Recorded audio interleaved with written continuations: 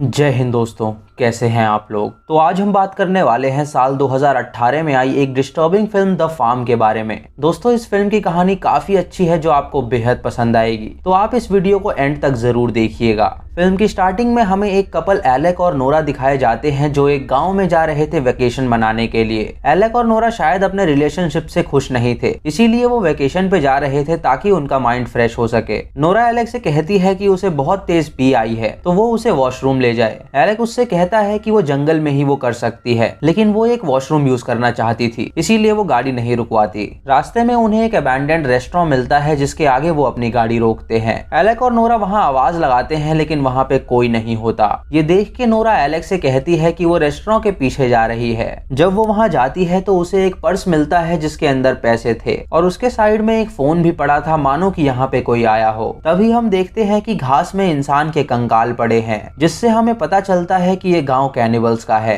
Alec और Nora जब आगे बढ़ते हैं तो उन्हें एक लेडी दिखती है जिसकी गाड़ी खराब हो गई थी। एलेक ये देख के अपनी गाड़ी रोकता है और उस लेडी की मदद करने की कोशिश करता है। नोरा जब उस लेडी के पास जाती है तो उससे पूछती है कि उसकी गाड़ी में क्या दिक्कत हुई है। वो लेडी नोरा को देख के कहती है कि उसने बहुत छोटे कपड़े पहने हैं और उसके हाथ में रिंग क्यों नहीं है। वो लड़का जो उसके साथ है वो क्या उसका भाई है या फिर उसका बॉयफ्रेंड। ये सुन के नोरा उससे कहती है कि उसे इससे क्या लेना देना। वो लेडी ये सुन के भड़क जाती है और उससे कहती है कि उसने तो उनकी मदद भी नहीं मांगी, तो वो उसकी मदद क्यों कर रहे हैं। ये सुन के नोरा को बहुत बुरा लगता है और वो एलेक्स से कहती है कि वो यहाँ से चलें। रास्ते में नोरा एलेक्स से कहती है कि उसे क्या जरूरत थी उस औरत की मदद करने की, तो एलेक्स उससे कहता है कि वो बस उसकी मदद करना चाहता था, उसे नहीं पता था कि वो लेडी इतनी गंदी निकलेगी। आगे जाके ये दोनों एक रेस्टोरेंट में रुकते हैं जहाँ कई सारे लोग थे। तभी वेट्रेस उनके पास आती है और उनसे उनका ऑर्डर पूछती है। वो दोनों एक नॉन-वेज बर्गर मंगाते हैं ड्रिंक्स के साथ, और जब वो उस बर्गर को खाते हैं तो उन्हें अजीब सा टेस्ट आता है।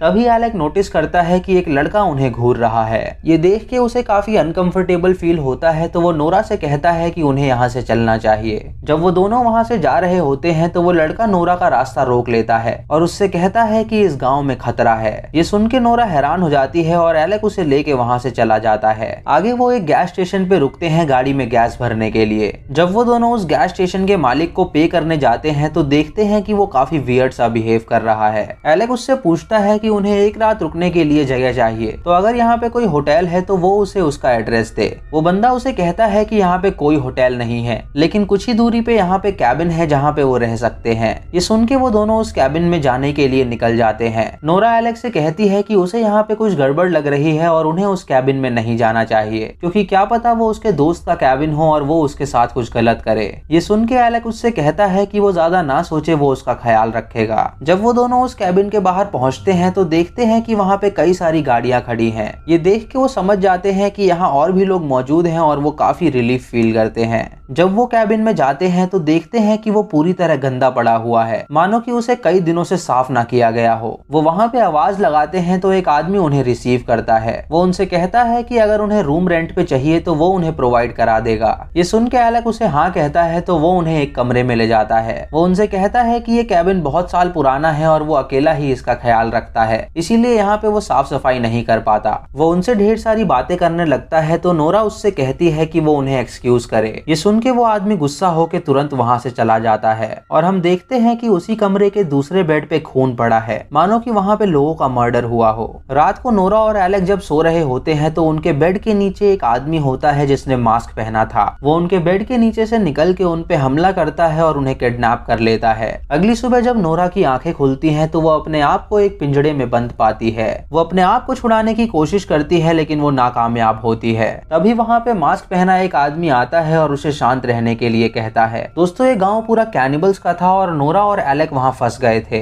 इन सभी गांव वालों ने अपने चेहरे पे मास्क लगाए थे क्योंकि ये इनका रिवाज था। नोरा एक पत्थर से ताला तोड़ने की कोशिश करती है लेकिन तभी वहां पे एक आदमी आ जाता है जो उसे बेहोश करके अपने साथ ले जाता है। जब नोरा की आंखें खुलती हैं तो वो अपने आप को एक कुर्सी से बंधा पाती है। और उसके दोनों पाँव हवा में बंधे होते हैं। तभी उस कमरे में एक लेडी आती है तो नोरा उससे कहती है कि वो उसे छोड़ दे। वो लेडी उसका कोई जवाब नहीं देती और एक बड़ा सा सिरिंज उठाती है जिसके अंदर सीमेंट था। वो उस सीमेंट को नोरा के अंदर डाल देती है ताकि वो प्रेग्नेंट हो सके और ये देख के नोरा बहुत छटपटाती है। उसके बाद वहाँ पे दो लोग आते हैं जो नोरा को उठा के अपने साथ ले जाते हैं। वो उसे पिंजरे में बंद करके कहीं ले जा रहे होते हैं और नोरा देखती है कि इस पूरे गांव के लोगों ने चेहरे पे मास्क पहना है और यहाँ पे इंसानों की फार्मिंग हो रही है। वो देखती है कि एक बुचर एक लड़की की बॉडी के छोटे छोटे टुकड़े कर रहा है। ये देख के वो समझ जाती है कि ये सब कैनिबल्स हैं और सोचने लगती है कि वो वहाँ से बाहर कैसे निकले। नोरा को एक तबेले में बंद कर दिया जाता है मानो कि वो जानवर हो। फिर हमें एक चेम्बर दिखाया जाता है जहाँ उन लोगों ने लड़कों को पिंजरे में बंद करके रखा था। वहीं पे एलेक भी था जो अपनी जान बचाने के लिए पिंजरे को तोड़ने की कोशिश कर रहा था। वो अपने सामने बैठे आदमी से इशारों में पूछता है कि यहाँ चल क्या रहा है, तो वो आदमी उसे कोई जवाब नहीं देता क्योंकि वो सदमे में था।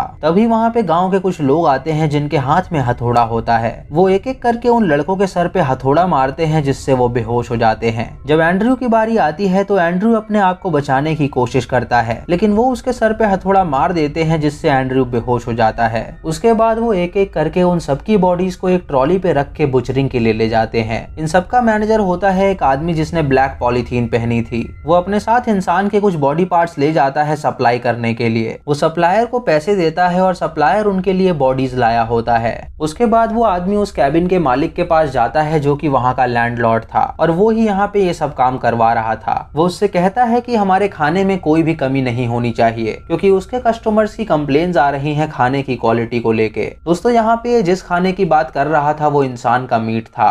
वो लैंडलॉर्ड उस आदमी को लेके किचन में जाता है फूड की क्वालिटी चेक करने के लिए। वो बावर्चियों को कहता है कि वो ढंग से खाना बनाए ताकि उनके कस्टमर सेटिस्फाई हो सके। उसके बाद वो अपने ऑफिस में जाके अपना कॉल अटेंड करता है। उस तरफ एक आदमी होता है जो उससे कहता है कि वो उससे मिलने आ रहा है और ये सुन के लैंडलॉर्ड हैरान हो जाता है क्योंकि वो आदमी शायद कोई बड़ा आदमी था। फिर हमें एक चेम्बर दिखाया जाता है जहाँ पे उन्होंने लड़कियों को बंदी बना रखा था और उनसे वो मशीन के जरिए दूध निकाल रहे थे ताकि वो अपने कस्टमर्स को सप्लाई कर सके। लैंडलॉर्ड अपने मैनेजर से कहता है कि उसे अच्छी क्वालिटी के दूध चाहिए। वहीं पे एक औरत थी जिसके हाथ में एक बच्चा था। वो बच्चा रो रहा होता है तो वो मैनेजर उसके पास जाता है और उस बच्चे को ले लेता है। वो उस बच्चे का वजन चेक करता है और देखता है कि वो हेल्दी है, यानी उसकी माँ चोरी से उसे दूध पिला रही थी। ये देख के उसे गुस्सा आता है तो वो उस बच्चे को मार डालता है और उसे एक डस्टबिन में फेंक देता है। ये देख के उसकी माँ बहुत चिल्लाती है और अपने बच्चे के लिए बहुत रोती है। दोस्तों ये लोग लड़कियों को किडनैप करके उन्हें प्रेग्नेंट कर रहे थे और उसके बाद उनका मिल्क निकाल रहे थे ताकि वो आगे सप्लाई कर सके।